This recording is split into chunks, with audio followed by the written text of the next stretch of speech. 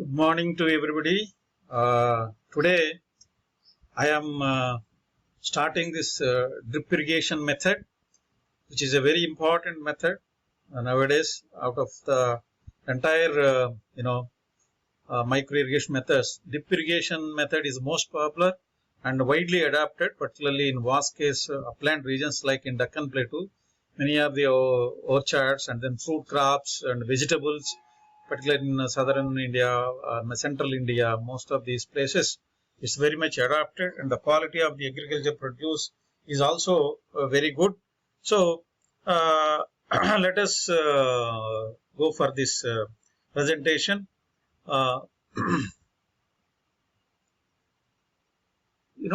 This drip irrigation is again a pressurized flow system.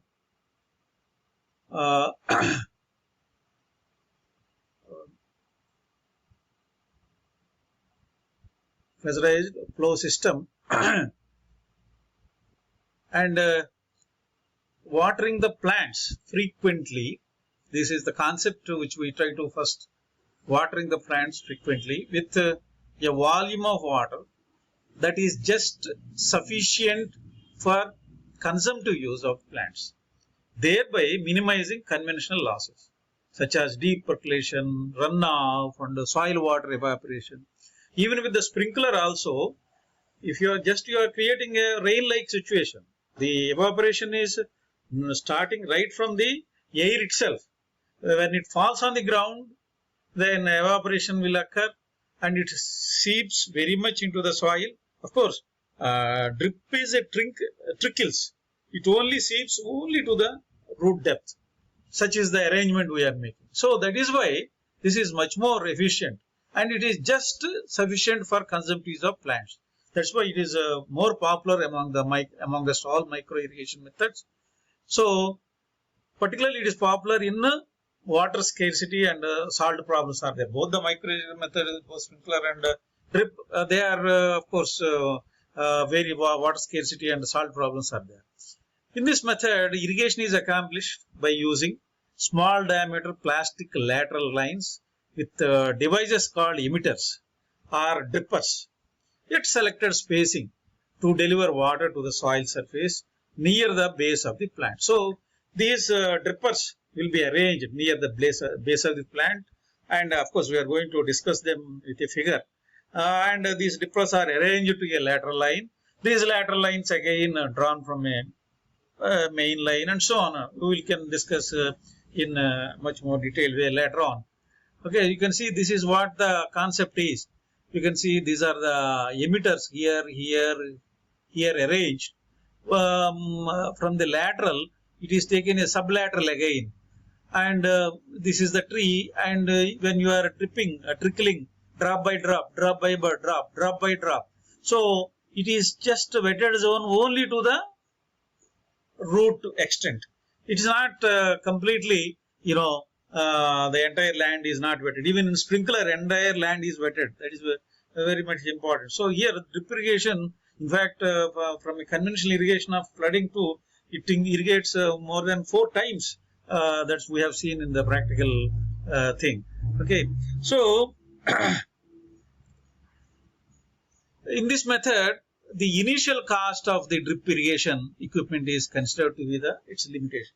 As usual in micro irrigation methods, you have to invest initially a bit more amount, but it can be definitely recovered because of its water conservation. Not only that, and then kind of fruit or vegetable produce, the quality, that is very important. But for large scale, maybe much more investment is needed. That is why it is limited. When they want to go for a large scale, it is limited. But people are going. In fact, if I visited several places in Anantapur is one of the second lowest receiving rainfall in India. Anantapur district, where in Kadapa district, Anantapur and then Kadapa district. In Kadapa district, in fact, they are. I have seen personally the people are for using for banana trees, drip, and they are exporting to Gulf. Such a quality product, and the water is extracted from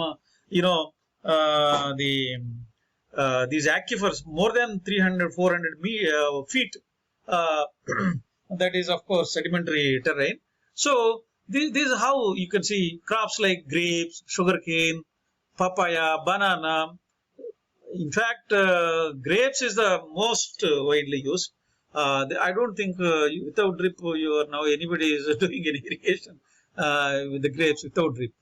Even sugar cane, that's a very interesting. You can see here, papaya, banana, guava, many other fruit type thing. Even mango trees, such a big trees we have seen in our own area where I am hailing from Nusvidu, famous for mangoes, and people are ultimately resorting for drip because when there is no water.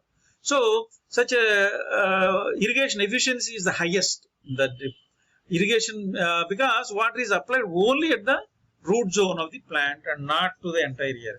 So I think in coming days, I have been advocating even for the command area, big projects also, unless we save water in the irrigation by such of these methods, you cannot spare water for industry, drinking and other things. Water must be relatively clear. This is another indication where you can see both, of course, even sprinkler or even drip, water must be very clear. That requires some kind of filters and other things. We will discuss it. The water distribution efficiency, of course, is poor where a low pressure system is installed. If your design is very bad, particularly when there is involved in steep slopes of uneven land, because normally, as I said, the entire micro irrigation, this land leveling is somewhat not so good. So normally there are ups and downs because orchards and trees and these pipes will carry water. So it has to go see up and downs. But when you are not providing proper thrust or pressure system, definitely efficiency is badly affected. No doubt about it. So various components of the drip irrigation. The system essentially consists of one main line, like in the sprinkler also, one main line, and then not submarine, submains. There is some spelling mistake. Many spelling mistakes. So many I have corrected, but still they are persisting. Anyway, laterals and emitters. So main line, submain, laterals and emitters. Here, apart from the sprinkler, there is one more submain is there.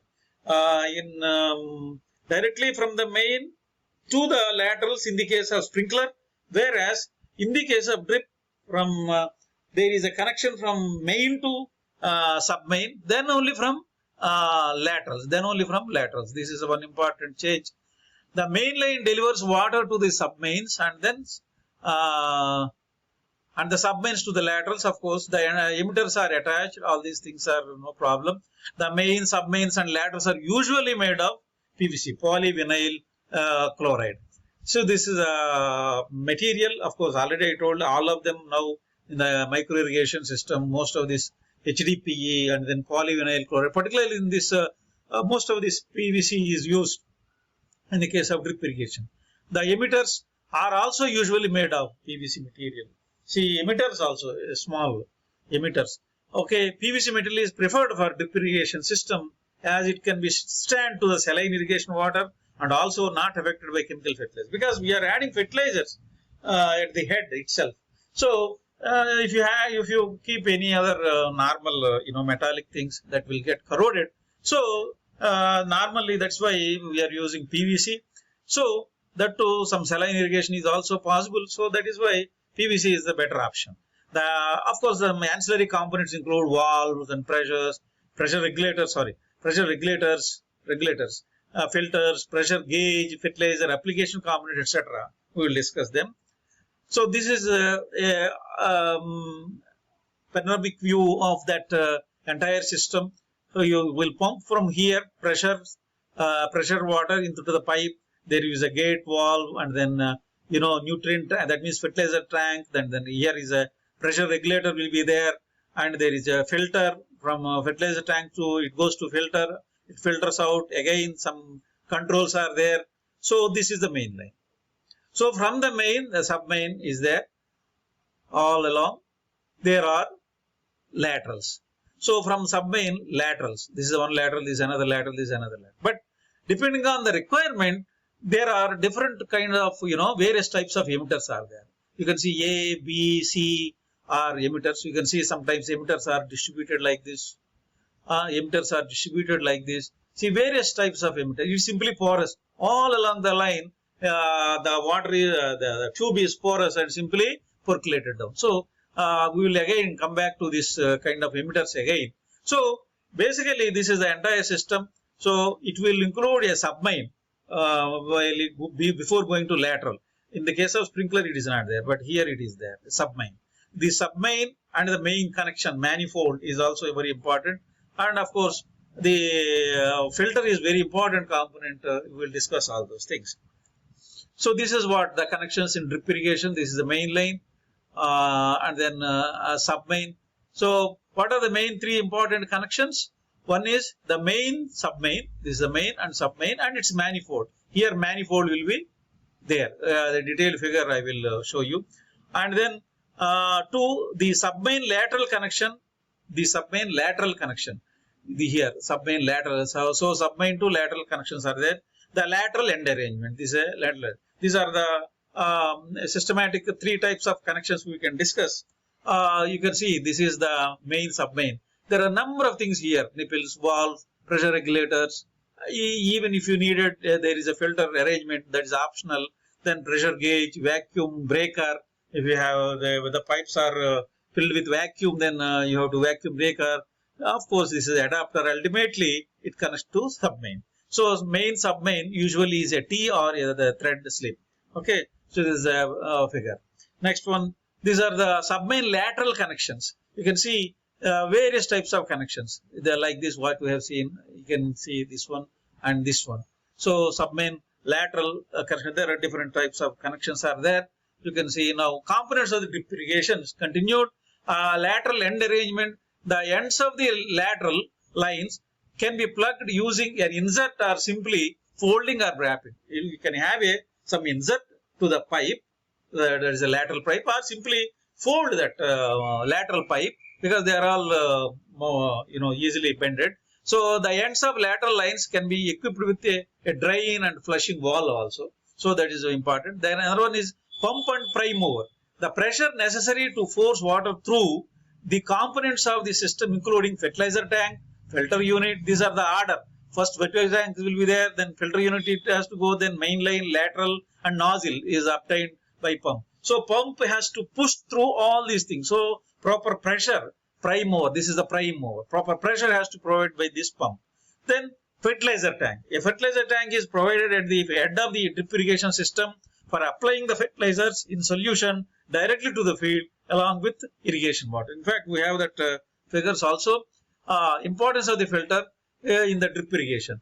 So air filter unit which cleans the suspended impurities in the irrigation water so as to prevent the blockage of holes. We have been discussing very important for this micro irrigation nozzles is you must not have any impurity. So in the drip irrigation also same is thing. So for the efficient performance of drip irrigation lies in the effective performance of the filter unit. Filter unit normally many times goes problem. We don't care, but sometimes entire system goes off. So that is why filter unit is very important. A two-stage filter unit is usually provided. It usually consists of one coarse filter, pea gravel. This is a size 0.3 to 0.5 mm, and a fine filter consisting of one or more stages of wire mesh filter. So this is the layer arrangement. This multi-stage unit filters out suspended impurities. Let us go for the figure. That is how it can be understood. So from pump, the valve, and this is the fertilizer tank already discussed, and then goes to the filter. This is the one gravel. Then it will simply enter into the this is a coarse filter. This is a fine filter. This is a wire mesh. So this is how it is goes into the system, right? So I think we will stop here because some more slides are there. We will continue in our next video. Okay, let us start. Thank you very much.